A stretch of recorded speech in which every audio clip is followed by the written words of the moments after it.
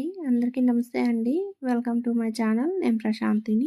ఈరోజు వీడియోలో మిక్స్డ్ దాల్ కరివేపాకు కారపొడి చూపిస్తానండి.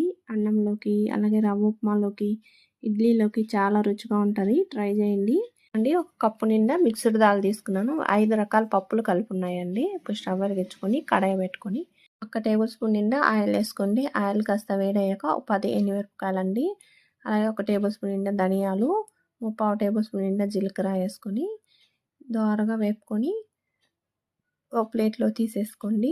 ఆయిల్ కూడా 1 టేబుల్ స్పూన్ ఆయిల్తోనే చేస్తున్నామండి. పొడి ఆరోగ్యానికి కూడా చాలా మంచిది.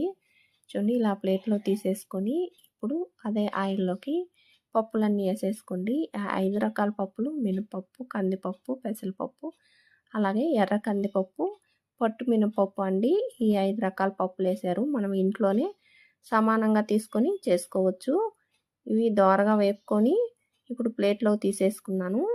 చూడండి, కరివేపాకు అండి. ఒక 3 పిడికిళ్ళ ఆకుని నీట్గా కడిగేసుకొని బాగా ఆరబెట్టుకున్నాను.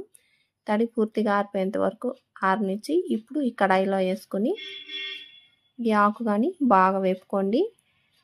సిమ్లో పెట్టుకొని స్టవ్ని బాగా ఆకు పట్టుకొని చూస్తే మనం బాగా చూడండి, బాగా క్రిస్పీగా వేగి ఇలా బ్రేక్ అయిపోవాలి ఆకు. ఈ విధంగా బాగా వేపుకోండి. స్టవ్ ఆఫ్ చేసేసి కాసేపు చల్లారనివ్వండి. ఇప్పుడు పెద్ద మిక్సీ జార్ తీసుకొని ముందుగా ఈ కరివేపాకు వేసేసుకోండి.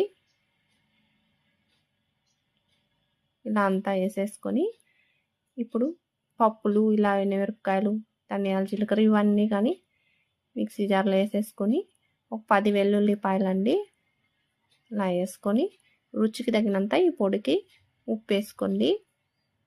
ఇలా వేసుకొని మూత పెట్టేసి ఒకసారి మిక్సీ పట్టుకోండి. మిక్సీ పట్టుకొని చూడండి, మిక్సీ పట్టుకొచ్చాను. ఇప్పుడు స్పూన్ తీసుకొని ఒకసారి ఇదంతా కలుపుకోండి. కొంచెం పొడి తీసుకొని రుచి చూడండి, సాల్ట్ సరిపోయిందో లేదో చూసుకొని, సరిపోకపోతే సెట్ చేసుకోండి. సాల్ట్ సరిపోలేదండి, కొంచెం సాల్ట్ వేసాను. అలాగే పొడి కూడా కొంచెం కారం అనిపిస్తుంది, అందుకని కొంచెం చింతపండు వేసాను, మరీ ఎక్కువ వేయలేదు. ఇప్పుడు మళ్ళీ మూత పెట్టి కొంచెం బరకగా పొడి చేసుకోండి. చూడండి, పట్టుకొచ్చేసాను. మన పొడి రెడీ అయిపోయిందండి. వాసన వస్తుందండి. 1 టేబుల్ స్పూన్ ఆయిల్తో చేసాము. ఆరోగ్యానికి కానీ చాలా మంచిదండి. పొడిలో ఉండే వేడి తగ్గాక మీరు ఒక గాజు సీసాలైనా ప్లాస్టిక్ డబ్బాలైనా తీసి పెట్టుకోండి. అన్నం పెట్టుకొని పొడి వేసుకొని నెయ్యి వేసుకొని తింటే చాలా రుచిగా ఉంటుందండి. అలాగే ఇడ్లీలోకి, ఉప్మాలోకి మనం ఫ్రైలు చేసుకుంటాం కదా, ఫ్రైలలో కూడా ఈ పొడి వేసుకొని చేసుకుంటే బాగా రుచిగా ఉంటుంది. వీడియో నచ్చితే లైక్ చేయండి ఫ్రెండ్స్. ఇటువంటి వీడియోస్ మరిన్ని చూడాలి అంటే ప్లీజ్ మా ఛానల్